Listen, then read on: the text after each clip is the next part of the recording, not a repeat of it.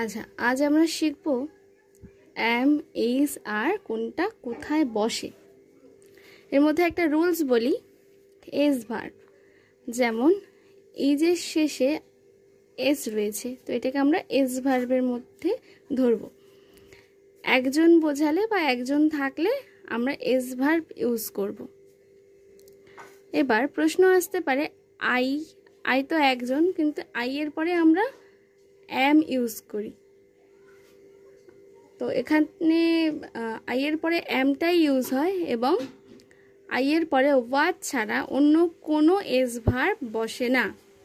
আর রয়েছে ইউ আমরা তুমিকেও বোঝাতে পারি এবং তোমরাকেও বোঝাতে পারি, মানে ইউতে তুমিও বোঝায় তোমরাও বোঝায়, তো সেখানে এস ভার্ব বসে না।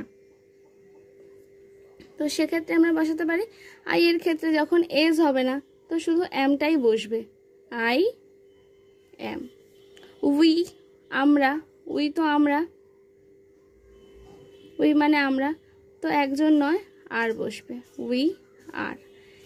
ইউর পরে ইউ তুমি বোঝাতে বা তোমরাও বোঝাতে পারে, ইউ তুমিও হতে পারে আবার তোমরাও হতে পারে, তো সেক্ষেত্রে কোনো এস ভার্ব বসবে না, তো you R.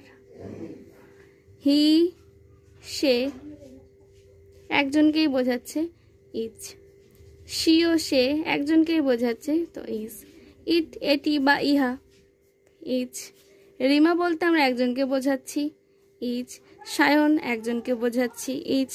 Rima and Sayan, যখন রিমা এবং সায়ন দুজনকে একসাথে বলা হচ্ছে তখন সেটা আর। দে তারা, আর।